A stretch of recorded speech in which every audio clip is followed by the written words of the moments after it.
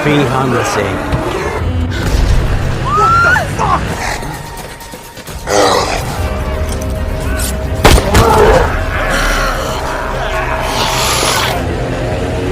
Over there! Over there! Okay.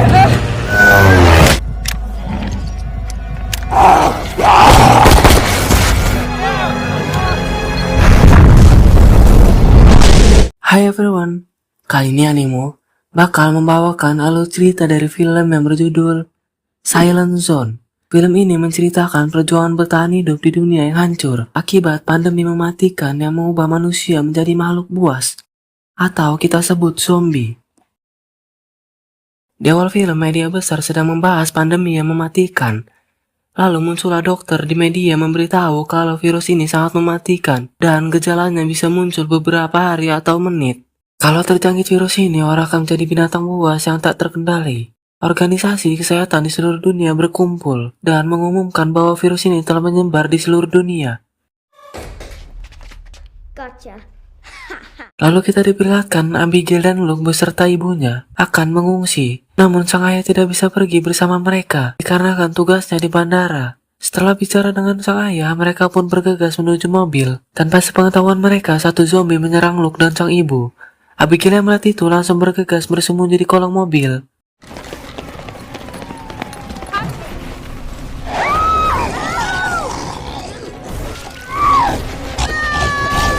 Sang ibu yang sudah menjadi zombie pun ia menyerang Abigail.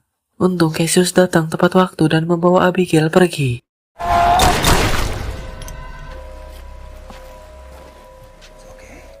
Get you out of here.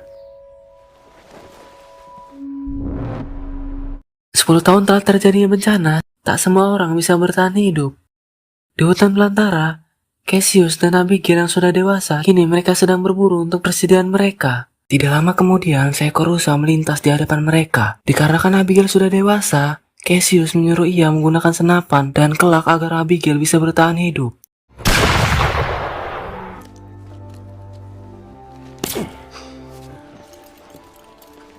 Karena hari sudah mulai gelap, mereka mendirikan tenda. Supaya lebih aman, Cassius memasang jebakan lalu ia memberitahu Abigail bahwa ia ingin menghabiskan waktunya di pantai. Cassius yang sedang tertidur, ia terbangun oleh perangkap yang ia pasang. Benar saja, satu zombie menyerangnya.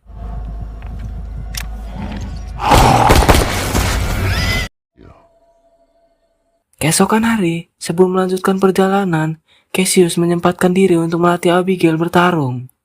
Karena sesi latihannya sudah selesai, mereka pun melanjutkan perjalanan. Saat di tengah perjalanan, mereka mendengar tembakan tidak jauh dari tempatnya berada. No one here except... Okay. Lalu mereka menghampiri suara tembakan yang mereka dengar dari kejauhan. Rupa-rupanya seseorang sedang diserang dengan zombie. Cassius menyuruh Abigail menggunakan senapannya untuk menyerang zombie. Namun tembakannya meleset dan membuatnya terbunuh. No. Fuck! I told you. Lalu mereka berdua menghampiri pria tersebut dan menjara apa yang bisa dibawa. Radio komunikasinya masih aktif dan membuat Cassius bergegas untuk pergi agar tidak memperpanjang masalah. Trevor, where are you, mate? Over. Tidak lama kemudian sekelompok senjata pun datang. Mereka adalah teman yang Abigail tembak hingga mati. Salah satu dari mereka memeriksa kawanannya. Ia menemukan sepatu yang ia tidak kenal. Bitch. Saat kedua belah pihak saling menodongi senjata, tiba-tiba puluhan zombie menyerang mereka dari berbagai arah. Dan mereka pun bekerja sama.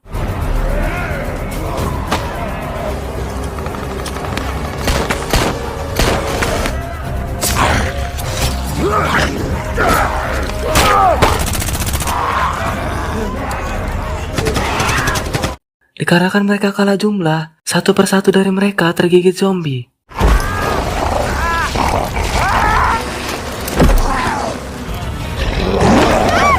Karena ada kesempatan untuk melarikan diri, Cassius dan Abigail beserta sepasang suami istri bernama David dan Megan yang sedang mengandung. Di tengah perjalanan, mobil yang mereka gunakan mogok. Damn it! The hood. Lalu mereka memutuskan untuk melanjutkan perjalanan tanpa menggunakan mobil.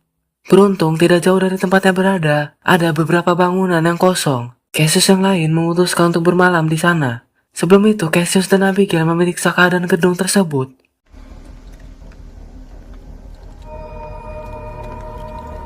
Hari yang sudah mulai gelap, Cassius memasang jebakan agar mereka lebih aman. Setelah memasang jebakan, Cassius mengeluarkan selembar peta dan mengarahkan David dan Megan supaya tepat pada tujuan mereka, yaitu kota kapal. Karena kan ia tidak bisa ikut bersama mereka. David pikir ia akan ikut bersamanya. Dengan angkuh, ia meninggalkan mereka. Lalu Abigail menghampiri Cassius di ruangan berbeda dan ia bertanya kenapa kita tidak ikut bersama mereka, yaitu ke kota kapal, yang dimana ada banyak koloni dan jauh lebih aman. Lalu Cassius menjawab karena itu bukan tujuannya, dan juga ia tidak bisa hidup dengan koloni. Keesokan hari, Abigail yang sedang bersantai, ia mendengar suara zombie. Ia pun bergegas untuk memberitahu Cassius. Saat ia menuju ke bawah, ia melihat zombie. Ia pun membuntuti zombie tersebut. Di sisi yang berbeda, zombie lain menyerangnya. Lalu Abigail membunuhnya menggunakan pedang. Zombie yang ia buntuti melihatnya. Abigail yang panik mencoba menjauh dari zombie tersebut. Saat ada kesempatan, Abigail memanfaatkan medan di sekitarnya.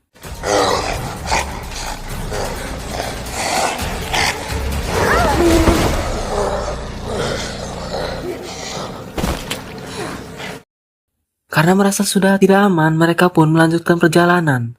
David yang mulai kelelahan, ia meminta Cassius untuk beristirahat, namun ia membantah. Kalau mereka beristirahat, para zombie akan menyusul mereka. Lalu Abigail memberitahu mereka ia teringat ada bandara dan pesawat kecil milik ayahnya, dan itu juga mempersingkat perjalanan. Lalu mereka mendengar itu menyetujui apa yang disarankan Abigail. Beberapa zombie sudah mulai berada di gedung-gedung tua, mereka mengendus mencari manusia di sekitarnya. Salah satu dari mereka lari menuju gudang tua. Ia terkena jebakan Cassius dan membuat jebakan tersebut meledak. Kita beralih ke Cassius dan yang lain. Di tengah perjalanan, mereka melihat mobil yang sudah usang dan bangunan kosong. Tanpa pikir panjang, Cassius mau cek mobil tersebut. Ia melihat mayat baru saja mati. Ia berpikir bahwa ada orang selain mereka, lalu menyuruh Abigail dan David mengecek ke dalam. Kegembiraan di wajah mereka karena mendapatkan persediaan makanan dan kursi roda. Lalu Cassius menyuruh Megan untuk duduk di kursi roda, dan mereka pun melanjutkan perjalanan. Saat tiba di bandara, Abigail mengarahkan mereka menuju hangar milik ayahnya. Benar saja saat hangar terbuka, satu buah pesawat di hadapan mereka.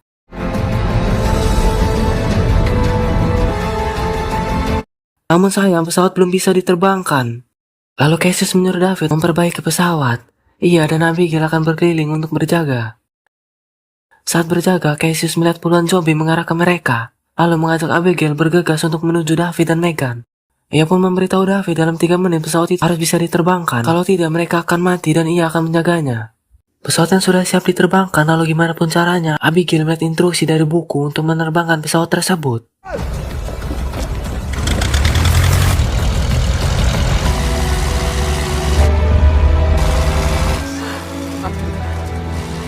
Di tengah perjalanan, pesawat yang mereka gunakan tiba-tiba terjadi kerusakan pada mesin dan membuat pesawat tidak bisa dikendalikan, lalu menabrak pohon besar.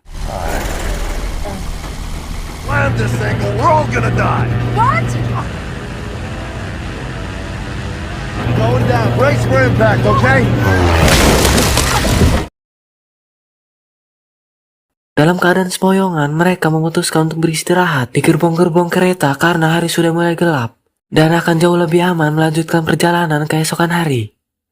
Lalu Cassius membuka selembar peta memberitahu kalau sampai ke kota kapal memakan waktu sekitar 2 hari. Ia pun menyuruh mereka untuk beristirahat. Lalu David meninggalkan Megan sendirian menuju gerbong yang lain. Ia menodongi senjata ke arahnya dan berniat mengakhiri diri karena ia sudah tergigit zombie. Namun David tidak punya keberanian untuk bunuh diri. Cassius yang sedang bersantai, ia mendengar hal aneh yang membuatnya menuju suara tersebut. Saat ia menghampiri Megan yang sedang mencuri persediaan miliknya. Karena Megan yang sedang hamil, ia tidak mempermasalahkannya. Megan yang ingin berterima kasih, ia memberikan kain rajut miliknya. Lalu Cassius memberitahu Megan dan menjelaskan bahwa Abigail bukan anaknya. Ia membunuh ibunya dan saudara kandungnya saat ia masih kecil. Karena tidak ada pilihan, Cassius mengharuskan merawatnya seperti anaknya. Keesokan hari, mereka melanjutkan perjalanan menuju kota perahu. Di perjalanan, David menunjukkan tanda-tanda, namun ia masih merahasiakan kalau ia sudah tergigit zombie. Cassius yang melihat bercak darah di pergelangan kaki David, walaupun ia sudah menyadari hal tersebut, ia masih merahasiakannya. Abigail dan Megan mendahului mereka, lalu Cassius mendapatkan kesempatan memojokkan David. Kenapa ia tidak mengakhiri hidupnya demi keselamatan Megan dan yang lain? Lalu Cassius memberi waktu untuk memikirinya. Don't say a fuck. Give me one good reason why I shouldn't shoot you right this fucking self together. You have that choice for now. Mereka melihat sebuah rumah dan berniat beristirahat sejenak. Lalu pria tua keluar dari rumah tersebut bernama Norton. Ia pikir mereka ingin menjarahnya. Namun Cassius memberitahu ia kalau mereka membutuhkan makanan dan beristirahat. Lalu Norton menerima mereka. Namun ada satu syarat, senjata yang mereka bawa harus diletakkan di box yang ia sediakan. Saat mereka masuk, mereka terheran-heran karena ada listrik di rumahnya. Rupanya Norton adalah ilmuwan. Tak heran ia mempunyai persediaan listrik di rumahnya, lalu mereka menikmati apa yang ada di rumah Norton. Bon appetit.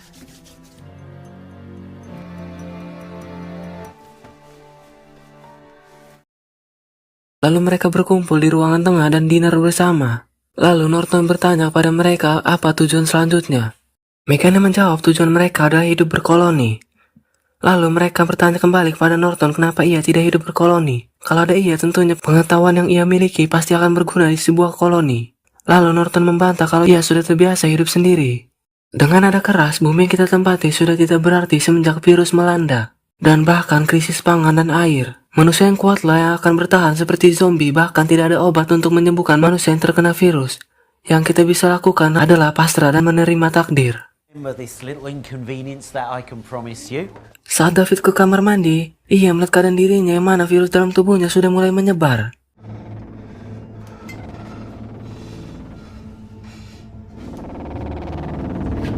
Ketika keluar dari kamar mandi, David melihat yang lain sudah jatuh pingsan karena minuman yang Norton berikan.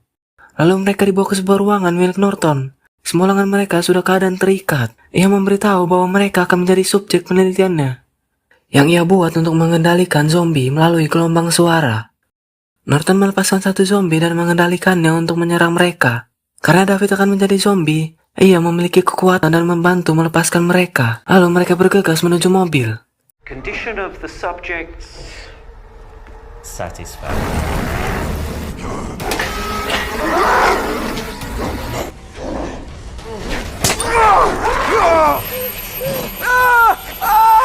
Liz! Motherfucker! Fucking!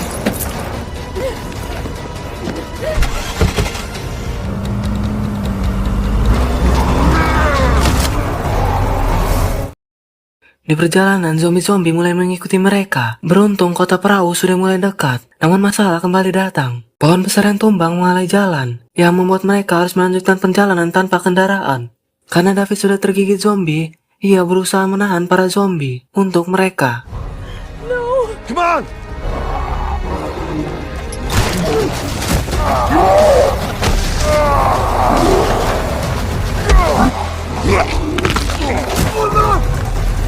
Penduduk kota perahu yang melihat hal tersebut membantu mereka.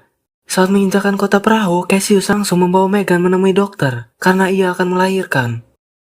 Keesokan hari, Cassius memberitahu Abigail untuk tidak terlalu jauh karena mereka tidak akan tinggal di kota perahu.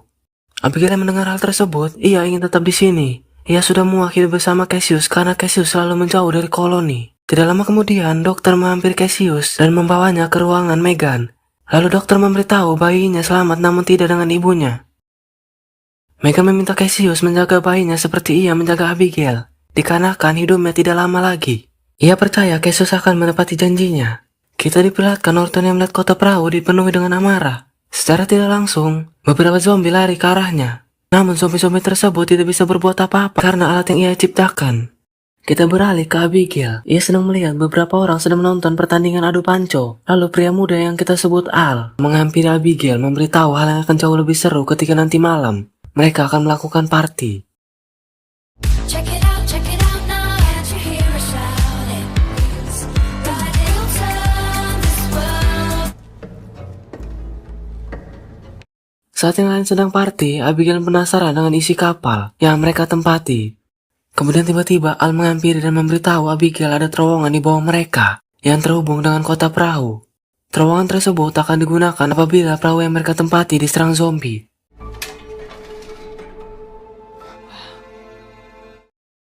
Keesokan hari, seorang pria yang sedang buang air kecil, ia diserang dengan zombie. Lalu puluhan zombie yang dikendalikan Norton ikut menyerang penduduk kota perahu yang tidak siap menghadapi zombie-zombie tersebut. Happy hunt.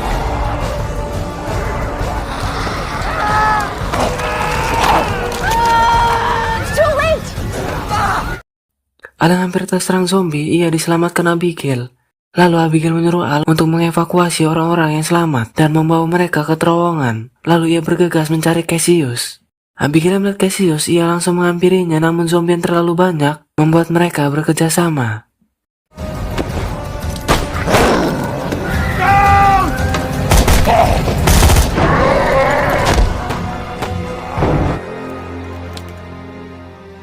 Mereka langsung bergegas menuju terowongan. Nah, saat Abigail bertemu Norton, ia diserang hingga terjatuh. Cassius yang melihat hal tersebut, ia langsung bergegas menghampiri Abigail. Namun zombie mendorongnya. Lalu Norton menghampiri Cassius dan memukulnya berkali-kali.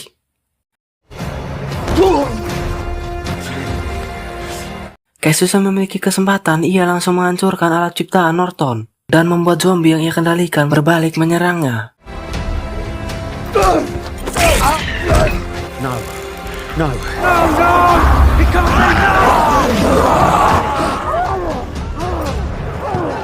Saat ini menuju terowongan, pemimpin zombie menarik Abigail. Tidak tinggal diam, Cassius membantu hingga zombie tersebut terjatuh. Abigail melihat gelang zombie yang bertulis namanya.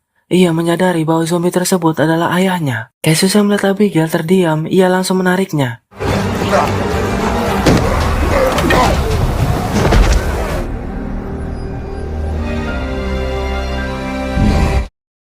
Penduduk kota perahu yang sudah menyelamatkan diri, lalu menyuruh Al untuk menekan tombol yang ada di tangannya, agar semua zombie yang berada di kota perahu meledak.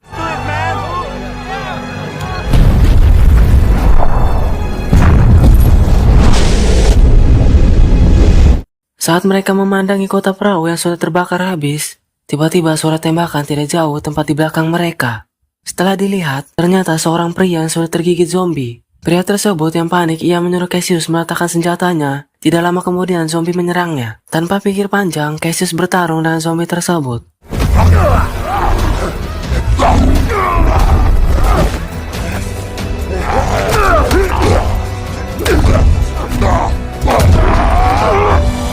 Abigail melihat Cassius terpojok, ia berniat menembak zombie tersebut. Namun ia masih ada keraguan dalam dirinya karena zombie tersebut adalah ayahnya. Tidak ada pilihan, ia menembakkan ayahnya yang sudah menjadi zombie.